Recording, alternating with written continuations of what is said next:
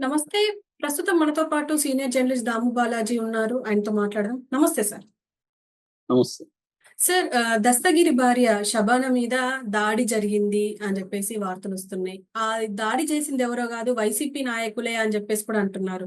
ఎంతవరకు నిజం ఉండే అవకాశం ఉంది సార్? దస్తగిరి భార్య షబానా ఆమె నిన్న ఆహ్, 2 పోలీస్ స్టేషన్‌లో కంప్లెయింట్ ఇచ్చింది. ముఖ్యంగా పులివెందుల నియోజకవర్గం తాండూరు పోలీస్ స్టేషన్‌లో కంప్లెయింట్ ఇచ్చారు. అక్కడ వాళ్ళు పెద్దగా పట్టించుకోలేదని జెప్పి మళ్ళీ పులివెందుల రూరల్ సర్కిల్ దీంట్లో ఆఫీస్‌లకెళ్ళి గూడా కంప్లెయింట్ ఇచ్చారు. అట్లాగే ఆమె వీడియో కూడా రిలీజ్ చేసింది. సో, అందులో ఏముందంటే, ఆమె పులివెందుల నియోజకవర్గం తాండూరు మండలం మల్యాల గ్రామానికి బంధువుల ఇంటికి వెళ్ళింది. హ్మ్. అప్పుడు అక్కడ ఇద్దరు ముస్లిం మహిళలు షంషున్ అండ్ ఫర్వీన్ అనే ఒక ముస్లిం మహిళలు వచ్చి ఈమె మీద పిడిగుద్దులు గుద్ది ఈమెను బాగా గాయపరిచారు. అట్లాగే తీవ్రంగా బెదిరించారు.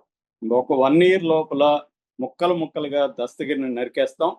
మీకెంత ధైర్యం అవినాష్ రెడ్డిని, జగన్‌ని ఇరికించడానికి ట్రై చేస్తారా మీరు? మీరు గాని మానుకోకపోతే మేము దస్తగిరిని ముక్కలు ముక్కలుగా నరికేస్తాము. మా ఎనక వైసీపీ రవీంద్రనాథ్ రెడ్డి ఉన్నాడు. అవినాష్ రెడ్డి ఉన్నాడు అని వాళ్ళు బెదిరించారు అనేది ఆమె చెప్తుంది. ఈ లోపల దస్తగిరి వచ్చాడు. దస్తగిరిని కూడా బెదిరించాడు. గన్‌మెన్ ఉన్నప్పటికి కూడా దస్తగిరిని బెదిరించారు. గన్‌మెన్ సర్ది చెప్పారు అనేది ఆమె చెప్తుంది. ఆమె తాండూరు పోలీస్ స్టేషన్‌కెళ్ళి అక్కడ తాండూరు ఎస్ఐ చిన్న పెద్దయ్య ఆయన పేరు. ఆయన ఈమెకి షబానా కంప్లెయింట్ ఇచ్చినప్పుడు, "అమ్మా ఇది ఆడవాళ్ళ గొడవ. నేను వాళ్ళకి సర్ది చెప్తాను.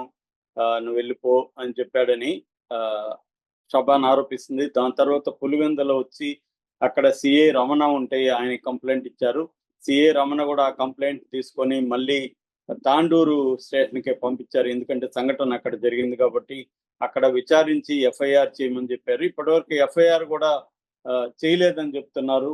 సో, ఆ ఎఫ్ఐఆర్ తీసుకొని ఆహ్, ఆహ్, మళ్ళీ కేసు మేము కడతామని చెప్తున్నారని చెప్పారు. సో, ఇక్కడ ఏం జరుగుతా ఉందంటే ఆల్రెడీ ఇదంతా కూడా కావాలని దస్తగిరి ఆడే డ్రామా, దస్తగిరి, షబానా కలిసి అనేక ఊర్లల్లో ఫైనాన్స్ వ్యాపారం చేస్తున్నారు. ఆ డబ్బుల గొడవతో వాళ్ళిద్దరూ వచ్చి గొడవ చేస్తే వాళ్ళ ముస్లిం మహిళలు వాళ్ళ బంధువులే అని చెప్తున్నారు. దాన్ని కూడా వీళ్ళు వైసీపీకి వాడుకోవడానికి డ్రామా ఆడారు. వైసీపీకి వ్యతిరేకంగా వాడుకోవడానికి. దస్తగిరి ముందు నుంచి కూడా వైసీపీకి వ్యతిరేకంగా ఏదో ఒక డ్రామా చేస్తూ జనంలో ఆయన కనిపిస్తూ ఉండాలి. ఎందుకంటే దానివల్ల అతను 2 ప్రయోజనాలున్నాయి. ఒకటి పంచాయతీలు చేసి డబ్బులు సంపాదించడం. అది ఎప్పటినుంచో చేస్తున్నాడు అతను. ఎందుకంటే అతను అందుకోసమే సెక్యూరిటీని కూడా పెంచుకున్నాడు. ఎక్కువగా పోలీసులు తన పక్కన ఉంటే బెదిరించడానికి ఈజీ అవుతుందని. సో, సెక్యూరిటీని ఉపయోగించుకొని బెదిరించి పంచాయతీలు చేస్తున్నాడు. రెండోది ఈ ఫైనాన్స్ వ్యాపారం చేస్తున్నాడు. దాంట్లో కూడా ఆ మధ్య కూడా ఒక పిల్లవాడిని కిడ్నాప్ చేసి వాళ్ళ ఇంట్లో పెట్టుకుంటే ఆ పిల్లవాడు వాళ్ళ తల్లిదండ్రులు కూడా కంప్లెయింట్ ఇచ్చారు గతంలో కూడా. అలాగా అతను ఈ పోలీసుల్ని సెక్యూరిటీని ఉపయోగించుకొని చేయడం, పబ్లిసిటీలో ఉండడం వల్ల తనంటే భయపడతారు జనం అని ఒక ప్లాన్ ప్రకారం వెళ్తున్నాడు అని చెప్తున్నారు. అట్లాగే వైసీపీ వాళ్ళు ఇంకొకటి కూడా చెప్తున్నారు. రేపొద్దున తెలుగుదేశం వాళ్ళే తనకేమన్నా హాని తలపెట్టి దాన్ని వైసీపీ మీద వేసేస్తారేమో అన్న భయాందోళన కూడా వైసీపీ వాళ్ళలో ఉన్నాయి.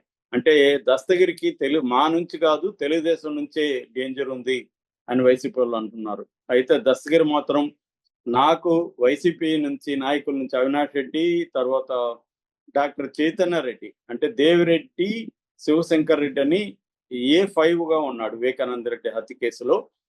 వాళ్ళ కొడుకు చైతన్యారెడ్డి కడప జైలుకొచ్చి కడప జైల్లో దస్తగిరి నిందితుడు కాదు, సాక్షిగా పరిగణించాలని సిబిఐ ట్రయల్ కోర్టులో పిటిషన్ ఇస్తుంది. ట్రయల్ కోర్టు కూడా దానికి అంగీకరించి దస్తగిరిని సాక్షిగా పరిగణించాలని ఆదేశాలు జారీ చేసింది. దీని మీద అవినాష్ రెడ్డి, దేవిరెడ్డి, శివశంకర్ రెడ్డి హైకోర్టులో పిటిషన్ వేశారు.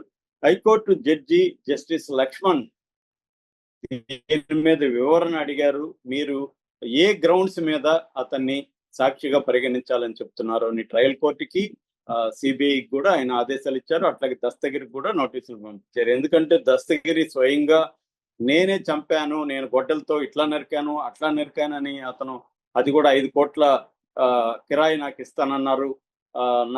నేను ఆల్రెడీ ₹1,00,00,000 తీసుకున్నాను అడ్వాన్సు. అంటే డబ్బులు తీసుకొని నేను చంపడానికి వెళ్ళాను, చంపాను, నాతో పాటు వీళ్ళు కూడా చంపారు అని చెప్తున్న వ్యక్తిని ఎట్లా మీరు సాక్షిగా నేను దీని మీద చాలా వీడియోల్లో ప్రశ్నించాను నేను యాక్చువల్‌గా. అంటే న్యాయ వ్యవస్థను మనం ఎలా అర్థం చేసుకోవాలి? ఇప్పుడు ఫర్ ఎగ్జాంపుల్ నేను ఒక వ్యక్తిని చంపాలనుకున్నాను. ఒక ముగ్గురిని ఏర్పాటు చేసుకొని టీమ్‌ని చంపేశాను. బయటకొచ్చి ఈళ్ళు ముగ్గురే చంపారు సార్. నేను కూడా చంపాను గానీ వీళ్ళు ముగ్గురు చంపారు. సో, నేను మీకు అనుకూలంగా మారుతున్నాను గాబట్టి నన్ను ఇంక మీదట నిందితుడు అనొద్దండి, సాక్షి అనండంటే, కోర్టు సాక్షి అనాల్సిందే గదా! ఇదే లాజిక్ ప్రకారం. సో, వాళ్ళతో ముగ్గురితోనే మొత్తం మాట్లాడుకున్నాం. ఒరేయ్! మీ మీదేస్తాను నేను, మీకు డబ్బులిస్తాను. వాడిని చంపేసి నేను తప్పించుకుంటానని. ప్లానేసుకున్నాం అనుకో, హాయిగా ఇదే చేసేయొచ్చు ఎవడైనా. అంటే నేను నిజం చెప్పేస్తే నేను సాక్షి అయిపోతానా? ఇప్పుడు దస్తగిరి చేసిన పనేంటి? తనతో పాటు ఇంకెవరు చంపారో చెప్పాడు. అంతే గదా! సో, అలా చెప్పిన దానికి అతను సాక్షి అయిపోయేట్టుకుంటే అందరూ అదే పని చేస్తారు గదా! హత్యలు చేస్తారు. ఇదిగో పలానోడు చేశాడు సార్, నేను కూడా చేశాను, ఆయన చేశాడంటే నన్ను వదిలేస్తారా? ఇది ఏ చట్టం చెప్తుంది ఇలాంటిది? సో, ఇది ఎలా సీబీఐ అడుగుతుంది? సో, ఇది అందరికొచ్చే డౌటే. దీన్ని ఇప్పుడు జస్టిస్ లక్ష్మణ్ ప్రశ్నించాడు. సో, దస్తగిరి గాని అలా చేస్తే మాత్రం హత్యలు చాలా ఎక్కువవుతాయి దేశంలో. దీన్ని ఉపయోగించి మనం కూడా తప్పించుకోవచ్చు అనుకుంటారు. ఇది చాలా ఘోరమైన విషయం. దస్తగిరి అప్రూవర్‌గా మారినంత మాత్రాన అతన్ని హంతకుడు కాకుండా పోడు. పైగా అతను కిరాయి హంతకుడు. అతనికేమన్నా వ్యక్తిగత కక్షో ఇంకోటి కూడా ఏమి లేదు. డబ్బులు తీసుకొని హత్య చేసేసి నేను పశ్చాత్తాపం ప్రకటిస్తున్నాను అంటే మన న్యాయస్థానాలు వదిలేయాలా? సో, ఏ చట్టం చెప్తుంది? అందరూ కూడా ప్రకటిస్తారు కదా అలాగా. అప్పుడేదో పొరపాటున డబ్బుల కోసం ఆశపడి చంపేశాను సార్. ఇప్పుడు నేను పశ్చాత్తాపపడుతున్నాను వదిలేయండి అంటే వదులుతుందా? ఏ చట్టం చెప్తుంది అలా వదిలేయమని? సో, ఇది ప్రాబ్లమ్ అన్నమాట. అందుకనే మనకు వ్యవస్థల మీద నమ్మకం ప్రజలకు ఎందుకు పోతుందంటే ఇలాంటి కేసుల్లోనే పోతుంది. అతన్ని పదే పదే ప్రతి ఛానల్‌కి ఇంటర్వ్యూలు ఇస్తూ డీటెయిల్‌గా ఎలా చంపామో చెప్తాడు. ఇక్కడేమో కోర్టేమో అతన్ని సాక్షిగా మార్చేస్తుంది. నిందితుడు కాదని చెప్తుంది. ఇది ప్రాబ్లమ్ ఉంది. అందువల్ల దస్తగిరికి ముందు నుంచి కూడా ఈ ప్రాబ్లమ్ ఉంది. ఇప్పుడు తెలుగుదేశం ప్రభుత్వంలో పోలీసులే అతని కంప్లెయింట్‌ని పట్టించుకోలేదంటే అతని కంప్లెయింట్‌లో ఉండే నిజమేంటో మనకు అర్థం చేసుకోవచ్చు. అది కూడా 2 పోలీస్ స్టేషన్‌లో. తాండూరులో గాని వాళ్ళకి తెలుస్తుంది కదా లోకల్‌గా. ఆ మహిళలు పర్వీను, శంషన్ ఎవరో ఎస్ఐకి తెలీదా? లోకల్ ఎస్ఐకి తెలుస్తది. తెలియకపోయినా పక్కన ఉండే వాళ్ళ స్టేషన్‌లో అడిగితే చెప్పేస్తారు.